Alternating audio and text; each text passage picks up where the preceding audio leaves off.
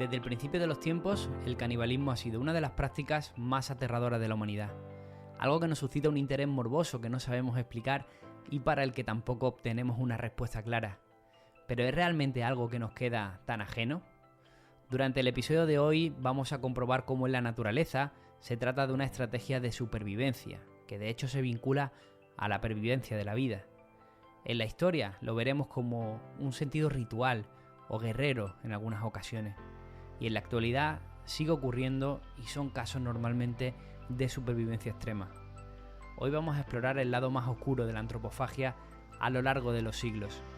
Soy Javi Rando y te doy la bienvenida a este nuevo Pasaporte Historia.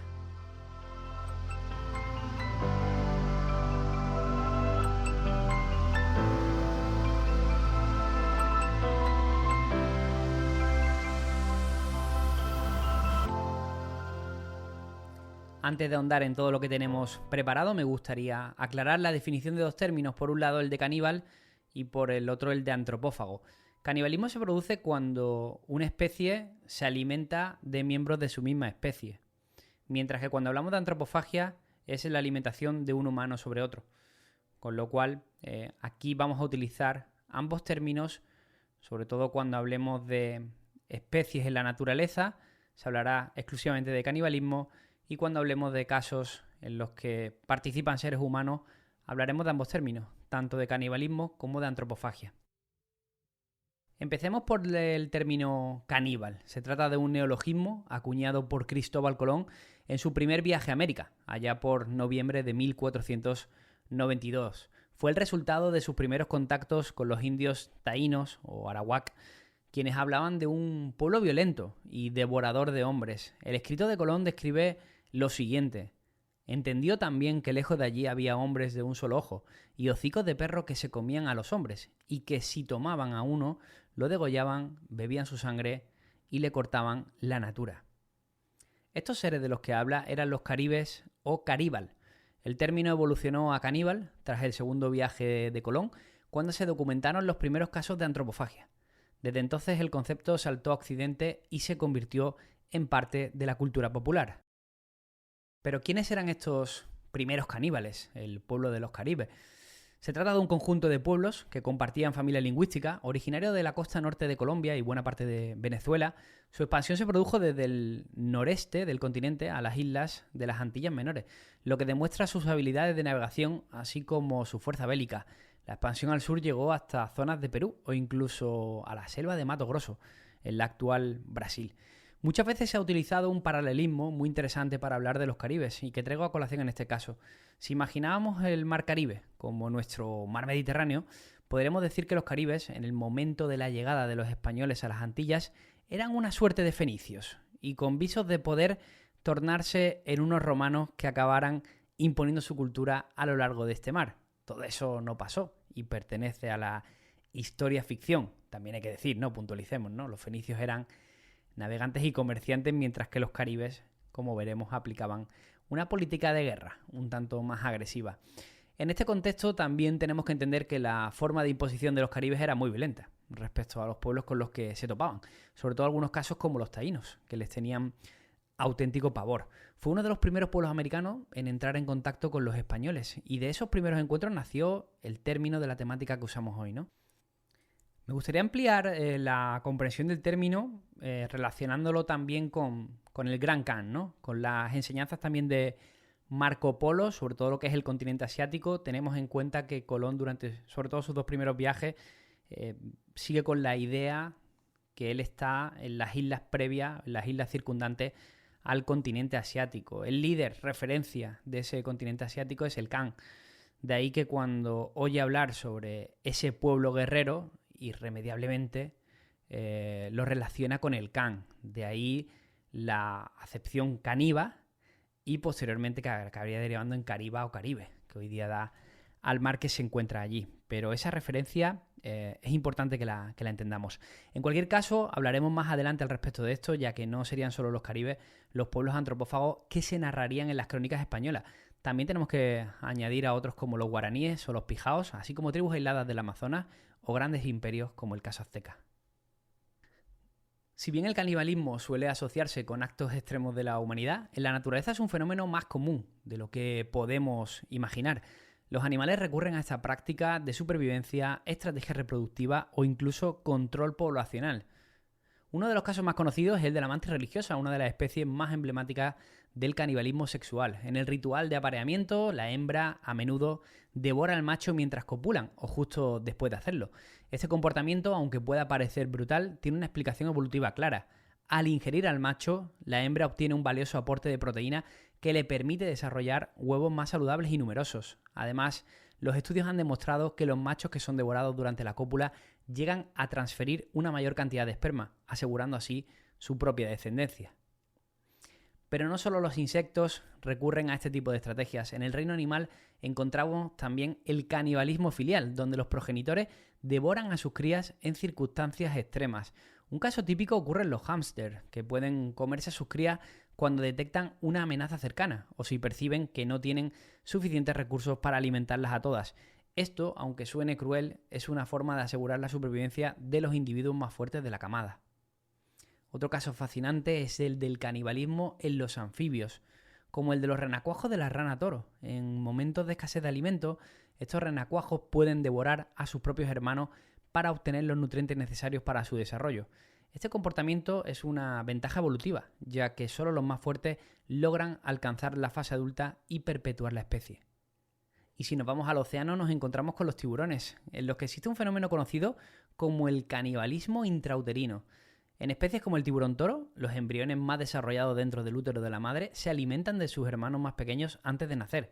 Este comportamiento, aunque suene despiadado, garantiza que solo los más fuertes sobrevivan y lleguen al mundo con una mayor probabilidad de éxito. Como vemos, en la naturaleza el canibalismo no es un acto de barbarie, sino una estrategia de supervivencia, reproducción o control poblacional. No se trata de maldad, sino de evolución en su estado más puro. Claro, esto que hablamos del canibalismo en la naturaleza, cuando entramos en la antropofagia, pues hiela la sangre. Pero vamos a encontrar las diferentes motivaciones a lo largo de la historia en la que los seres humanos han practicado este canibalismo. Entre estas vamos a diferenciar tres principales: el canibalismo primitivo, el canibalismo gastronómico y el cultural. Cuando hablamos de canibalismo primitivo, tenemos que irnos a sociedades primitivas. También se podría incluir términos como canibalismo guerrero o ritual para hablar de este canibalismo primitivo. Consiste en prácticas como la violencia oral entre guerreros de una tribu que pretenden dominar a otra rival y pretenden sumar las habilidades de estos a través de su ingesta. También podemos hablar de endocanibalismo, que se produce entre pobladores de una misma tribu y que se hace por múltiples motivos. Hablamos en cualquier caso de sociedades muy primitivas, muy aisladas, casos sobre todo que ya han pasado a la historia y que también siguen sucediendo en lugares más aislados donde el contacto del ser humano con la civilización es todavía mínimo o ni siquiera existe. El canibalismo gastronómico o materialista está popularizado por los estudios de Michael Hartner. Se basa en sociedades donde la práctica del canibalismo se normaliza por una necesidad biológica de ingesta de proteína. Se pone como ejemplo más habitual el de los aztecas, que no disponían de una gran fuente de caza o de domesticación de grandes herbívoros para asumir las necesidades de su crecimiento poblacional. Y luego nos vamos al canibalismo cultural. En este caso se aducen a cuestiones donde entra la divinidad y el consumo de ciertas partes del cuerpo respecto a otras. No es un canibalismo en el que tendríamos que entrar en el cuerpo entero, sino que son partes puntuales y que tienen, como decimos, un objetivo ritual. Tomando el ejemplo anterior de los aztecas, en este caso Marshall Solins habla de que será una cuestión innegable tener en cuenta esos factores, todo lo que es la faceta ritual y divina, no solo la ingesta proteica. A lo largo de este episodio vamos a ir viendo diferentes casos que han sucedido en la historia y vamos a ir poniéndole el contrapunto a cada uno de ellos.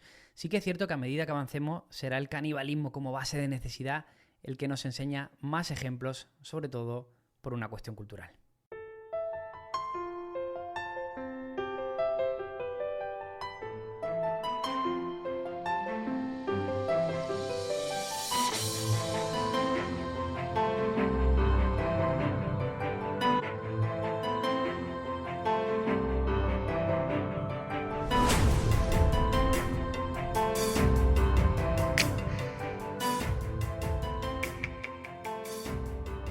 El canibalismo normalmente se relaciona con sociedades muy primitivas, como hemos ido viendo en ese nacimiento del término y en esos diferentes tipos de antropofagia que existen.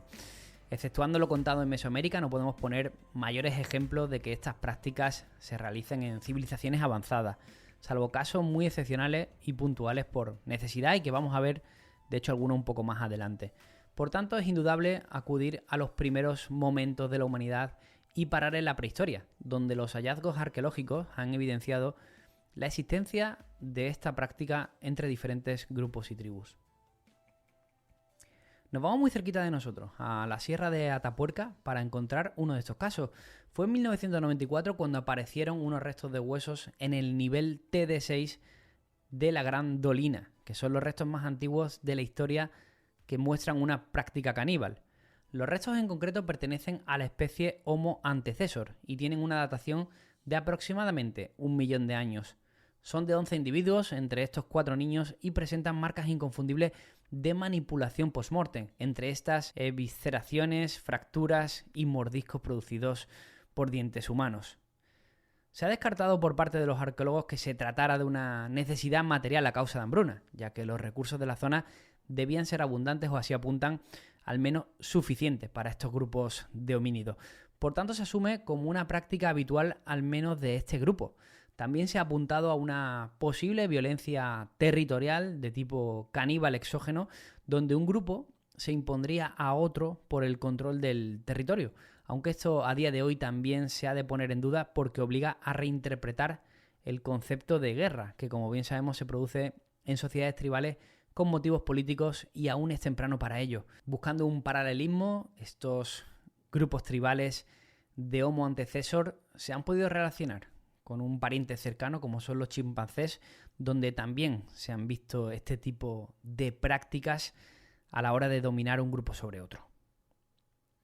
Vamos a dar un salto evolutivo gigante, nos encontramos con el hombre de Neandertal, con el Homo sapiens, en los cuales tenemos casos abundantes para esclarecer que el canibalismo también fue una práctica habitual entre homínidos de mayor grado evolutivo, incluyendo el amanecer de nuestra propia especie. Entre estos innumerables casos, el mejor documentado es el de la cueva de Herxheim, en Alemania, donde tenemos como prueba arqueológica más de 1000 individuos. Hablamos ya de una muestra grupal importante. En este caso se encuentran evidencias de manipulación de los restos humanos, incluso procesos de cocción y preparación, con lo cual entra la cocina incluso en juego. Pero sin duda uno de los detalles más destacados es el de los cráneos convertidos en copas, que será una de las imágenes icónicas que veremos desde el Neolítico hasta la Edad de Bronce en toda Europa.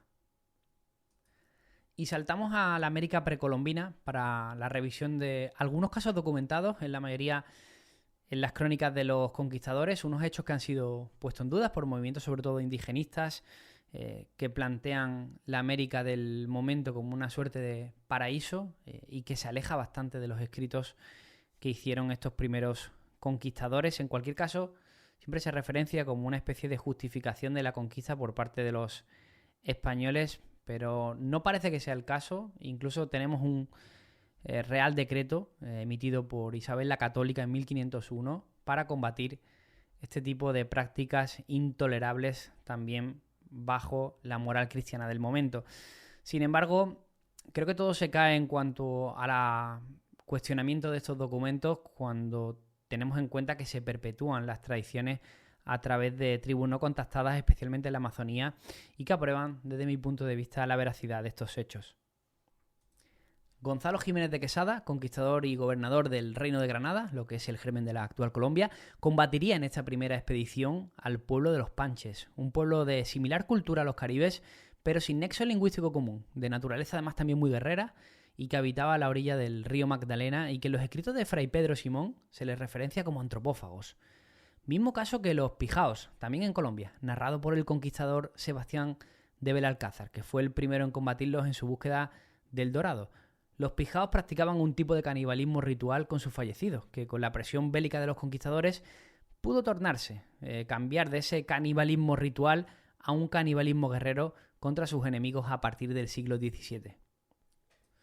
A estos dos pueblos hay que unirles los Abiarama, los Pinao, Timana, Guanaca y otras tantas sociedades tribales del norte de Sudamérica, lo que corresponde a las actuales Colombia, Ecuador y Venezuela, aproximadamente, y que practicaban el canibalismo de forma recurrente, con lo cual se deduce que los caribes, venidos de aquí, solo fueran esa primera muestra que se encontraron.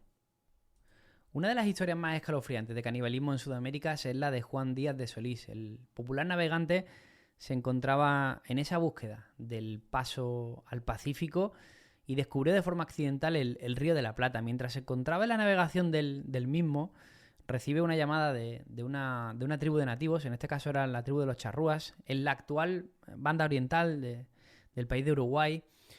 Acudió para ese clásico intercambio de presentes, para también obtener información de lo que se podía encontrar más arriba. Y la situación o ese encuentro entre conquistadores y nativos acabó en la muerte de Juan Díaz de Solís ante sus propios expedicionarios, que rápidamente huyeron, y desde el propio barco vieron como Juan Díaz de Solís les servía de cena. Así lo relatan, incluso en sus escritos. Cortaron las cabezas, manos y pies, asaban los cuerpos enteros y los comían. Este tipo de casos, como el de Juan Díaz de Solís, no son extraños y podemos encontrar numerosas situaciones similares en los archivos. Al final hablamos de una tribu no contactada, con sus propias tradiciones y costumbres, frente a unos occidentales que en muchos casos también han pecado un tanto de ingenuidad, o que incluso al final también su modus operandi ha podido hacer que el detonante de la situación se tornara así, ¿no? E incluso encontramos un par de casos recientes que no están dirimidos, pero que se apunta a que el origen de la desaparición de ambos puede ser precisamente este tipo de situaciones. Uno es el del nieto de John D. Rockefeller en Papúa Nueva Guinea, que precisamente pues a través de su trabajo con tribus no contactadas pues desapareció, no se supo nunca más de él. Han llegado informes o entrevistas con tribus de la zona que alegaban que se lo habían comido. Y otro caso muy famoso es el de Percy Fawcett, el famoso explorador en la búsqueda de la ciudad perdida de Zeta, pues desapareció junto a su hijo y a un compañero, y también se apunta a alguna tribu no contactada.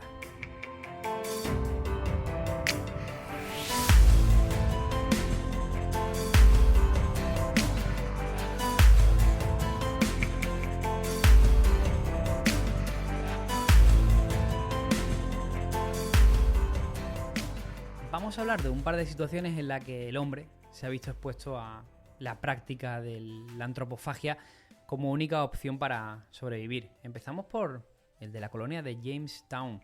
Os recomiendo que escuchéis un episodio que tenemos en Pasaporte Historia sobre Roanoke, en el que hablábamos también de esta colonia de Jamestown. Son el primer momento en el que los británicos intentan asentarse con éxito en América del Norte. De hecho, al principio, esta colonia de Jamestown fue un fracaso. Fue el tabaco lo que le salvó, por cierto, pero sus comienzos no fueron nada alentadores. Fundada en 1607, la colonia se asentó en una península a orillas del río James, uno de los ríos que desembocaban en la bahía de Chesapeake. El asentamiento había sido elegido por sus condiciones defensivas, a unos 60 kilómetros del océano, lejos de la influencia de las embarcaciones españolas y en un lugar donde no residían indios en la cercanía que supusieran una amenaza. Lo que encontraron allí fue un lugar donde las condiciones de vida no eran propicias. Mosquitos, enfermedades, suelos poco favorecedores para los cultivos, dificultad para encontrar agua potable.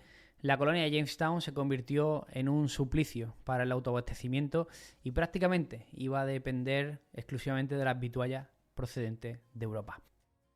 Para que nos hagamos una idea, de los 108 colonos que se establecen en Jamestown, al año solo quedan en pie 38. Nace un héroe en ese momento, que es John Smith, que es el personaje que origina la leyenda de Pocahontas.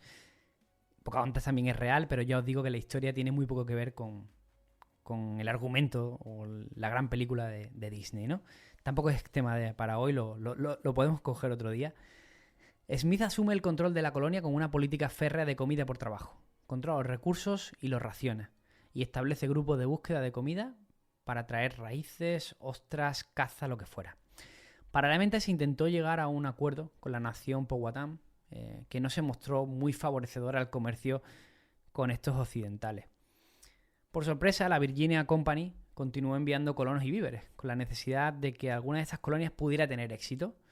En otoño de 1609, Smith tenía que regresar a Inglaterra a consecuencia de una explosión de pólvora que le dejó malherido y deja en su lugar a George Peary, que asumiría el control de la colonia, del Consejo de Jamestown, y va a ser quien nos va a narrar los sucesos del siguiente invierno, conocido como la época del hambre.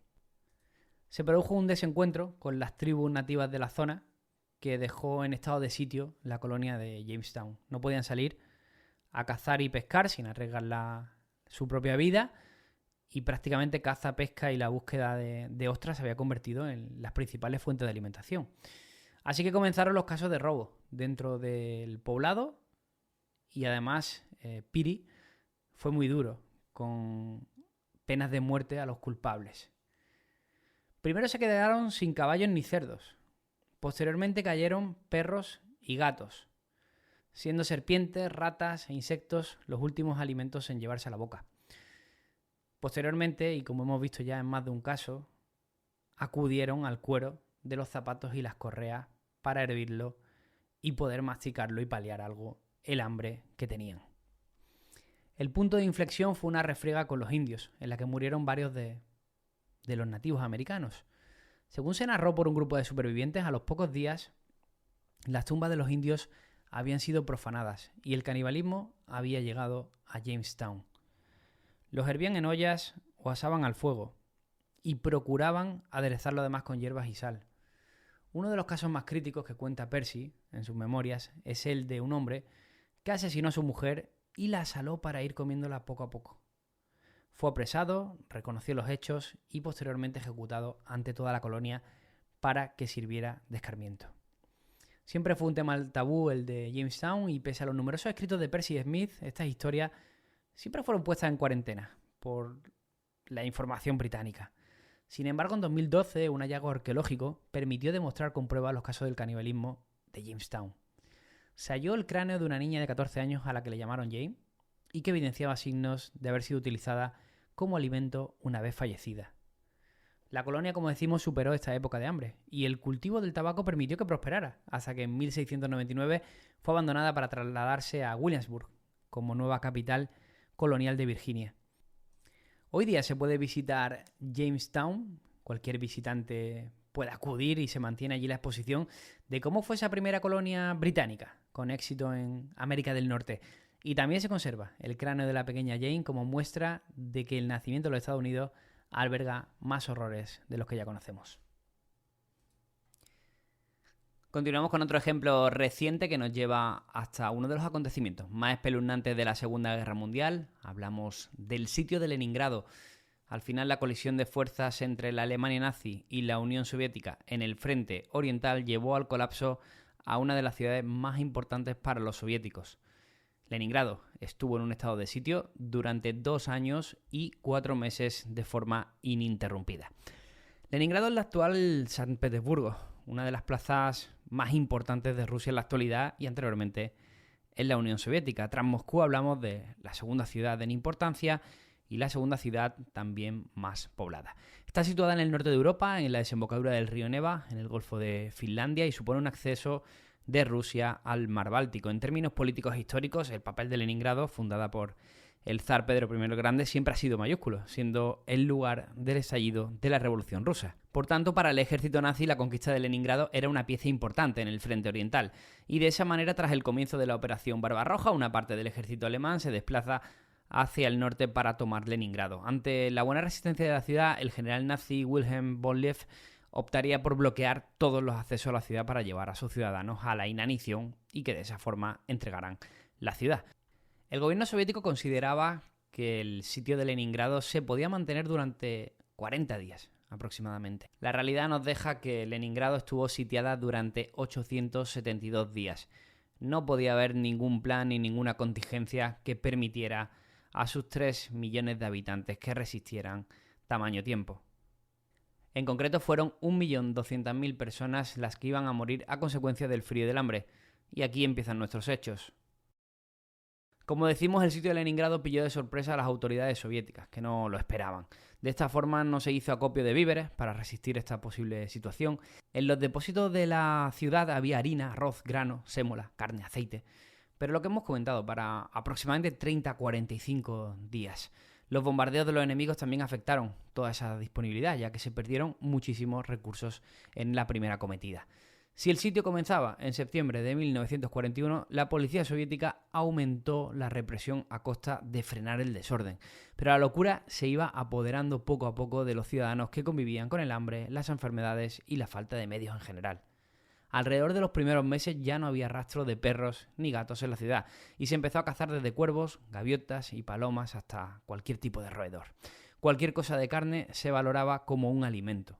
Una vez agotadas las fuentes de proteína animal que tenían a su alcance, el siguiente objetivo fue de tirar de supervivencia extrema y apuntar a los cadáveres que se congregaban en las calles de Leningrado a consecuencia de muertes por el frío.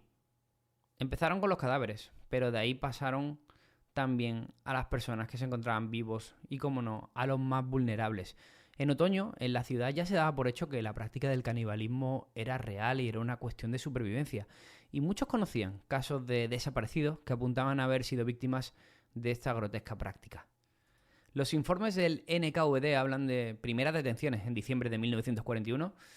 9 personas por el consumo de carne humana. A pesar de estas medidas, la práctica se iba a extender como la pólvora, llegando rumores de hamburguesas de carne humana en el propio mercado negro de la ciudad, para después pasar a vender directamente partes completas como piernas o brazos. En enero de 1942 hubo hasta 75 denuncias a causa de este motivo, así como 20 fusilamientos tras constatar las primeras investigaciones. La llegada del invierno agudizó la práctica, con informes de 2 millares de detenidos y casi la mitad solo en esta época. Esta pesadilla se iba a prolongar durante meses, aunque iría reduciéndose poco a poco a medida que las patrullas vecinales denunciaban los casos. Luego teníamos también la persecución policial a todo aquel que fuera sospechoso de prácticas caníbales y también al juicio contra los verdugos que habían sido ya atrapados. Se registraron casos también de bandas organizadas que cazaban personas para su consumo. El retrato robot del caníbal de Leningrado es un tanto diferente al que podríamos pensar. Principalmente es el de mujeres que tenían que alimentar a su familia, de clase obrera, sin estudio ni profesión y que jamás antes habían consumado un delito. No voy a hablar de casos concretos, pero hay tantísimos testimonios que hielan la sangre y que afectan en muchos casos también a menores de edad.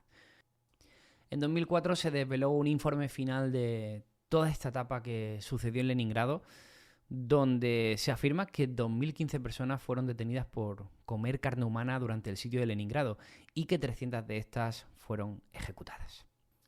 Hemos podido hablar del canibalismo relacionado con sociedades antiguas, tribus aisladas o momentos de extrema necesidad, como los que acabamos de relatar, tanto en Leningrado como en Jamestown. Sin embargo, el canibalismo no es solo un vestigio del pasado. A pesar de los avances de la civilización, existen casos documentados en la actualidad que nos recuerdan que esta práctica, aunque rara, sigue presente en algunos rincones del mundo. Se sabe que algunas comunidades indígenas en zonas remotas aún practican el canibalismo, aunque en contextos rituales o espirituales. En lo profundo de Papúa Nueva Guinea, por ejemplo, la tribu Foré practicó hasta hace pocas décadas un tipo de canibalismo funerario. Consumían los cuerpos de sus familiares fallecidos como parte de un rito de despedida y de homenaje. Sin embargo, esta costumbre llevó a la propagación del kuru, una enfermedad neurodegenerativa similar a la de las vacas locas, causada por la ingestión de tejido cerebral humano. Cuando los científicos descubrieron la relación entre el canibalismo y el kuru en los años 50, las autoridades intervinieron y la práctica disminuyó drásticamente. Otra comunidad con antecedentes de canibalismo es la tribu Korowai, también en Papúa Nueva Guinea. Durante mucho tiempo se les atribuyó la práctica de la antropofagia como una forma de venganza contra aquellos considerados brujos o espíritus malignos. Aunque los encuentros con la civilización han reducido estos casos, aún persisten rumores de que algunos grupos mantienen estas tradiciones en secreto. Y más allá de contextos rituales, el canibalismo ha aparecido en tiempos recientes vinculado a crímenes atroces. Existen individuos que han practicado la antropofagia en circunstancias extremas o debido a trastornos mentales. Uno de los casos más mediáticos fue el de Armin Meiwes, conocido como el caníbal de Rotemburgo. En 2001, Meiwes publicó un anuncio en un foro de internet buscando a alguien que voluntariamente aceptara ser asesinado y comido. Increíblemente encontró a un hombre dispuesto a hacerlo, Bert Brandes, y tras obtener su consentimiento lo asesinó y consumió partes de su cuerpo. El caso conmocionó a Alemania y al mundo, reabriendo el debate sobre los límites del consentimiento y la enfermedad mental. Mewes fue condenado a cadena perpetua. Otro caso impactante fue el de Issei Sagawa, un japonés que en 1981 asesinó y devoró a una estudiante holandesa en París. Lo más escalofriante es que tras ser declarado mentalmente incapaz y deportado a Japón, nunca pisó la cárcel y pasó años dando entrevistas sobre su crimen, incluso escribiendo libros y participando en documentales. Y aunque los casos criminales son los más mediáticos, el canibalismo por necesidad también ha ocurrido en épocas recientes. Un ejemplo trágico es el accidente de los Andes de 1972, cuando un avión uruguayo se estrelló en la cordillera y los sobrevivientes se vieron obligados a consumir los cuerpos de sus compañeros fallecidos para no morir de hambre. Este caso, llevado al cine en la película Viven y también más reciente en La Sociedad de la Nieve, sigue siendo una de las historias más impactantes de canibalismo forzado en la era moderna. También se han reportado episodios de antropofagia en conflictos bélicos recientes. Durante la Segunda Guerra del Congo, entre 1998 y 2003, testigos relataron que algunos grupos armados recurrieron al canibalismo, ya sea como táctica de terror o por escasez extrema de alimentos. Y un último caso, con el auge de la biotecnología y los avances en el cultivo de carne en laboratorio, algunos científicos han planteado la posibilidad de crear carne a partir de células humanas como una solución a la crisis alimentaria. Aunque suena a ciencia ficción, que suena, el artista sueco Alexander Eriksson presentó un proyecto llamado Ouroboros Stick, que proponía la creación de carne cultivada a partir del propio ADN del consumidor. Aunque la propuesta es más una provocación ética que una realidad práctica, nos hace preguntarnos, ¿podría la humanidad aceptar algún día una forma de canibalismo artificial y controlado? Aunque la antropofagia ha sido erradicada en la mayoría de las sociedades, el canibalismo sigue manifestándose en circunstancias extremas, rituales tradicionales o crímenes atroces, ya sea en la selva de Papúa, en los crímenes más oscuros de la mente humana o incluso en debates científicos sobre el futuro de la alimentación. El tema sigue generando fascinación y horror a partes iguales. Muchas gracias por acompañarnos en este nuevo Pasaporte Historia. Te dejamos la pestaña de comentarios abierta por si quieres hacer algún tipo de sugerencia o apreciación. Y si te ha gustado el contenido, te pediríamos que le dieras a like en tu plataforma de podcasting favorita. Un abrazo y muchas gracias.